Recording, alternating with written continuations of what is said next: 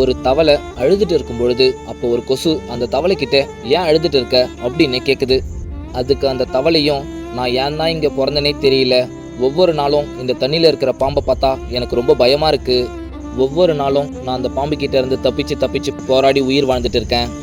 ஒரு நாள் நான் அந்த பாம்பு கையில் சாக தான் போகிறேன், ஆனால் அது எனக்கு எப்போன்னு தான் தெரியல, அதை நினச்சாலே ரொம்ப கவலையாக இருக்குது அப்படின்னு அந்த கொசு கிட்ட சொல்லி அழுவுது.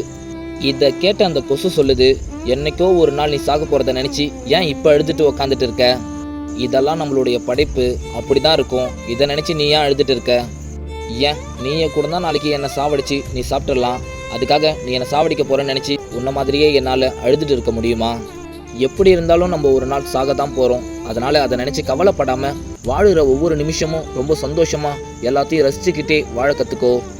நம்ம எப்போ சாக போகிறோன்னு யோசிச்சுக்கிட்டு இருந்தால் இருக்கிற இந்த ஒவ்வொரு நிமிஷமும் நமக்கு நரகம் ஆயிடுன்றத நீ மறந்துடாத. அதனால் நீ உயிரோடு இருக்கிற ஒவ்வொரு நிமிஷத்தையும் ரொம்ப சந்தோஷமாக வாழ கற்றுக்கோ அப்படின்னு சொல்லுது. இந்த குட்டி ஸ்டோரி பிடிச்சிருந்தா மறக்காமல் லைக் பண்ணுங்கள்.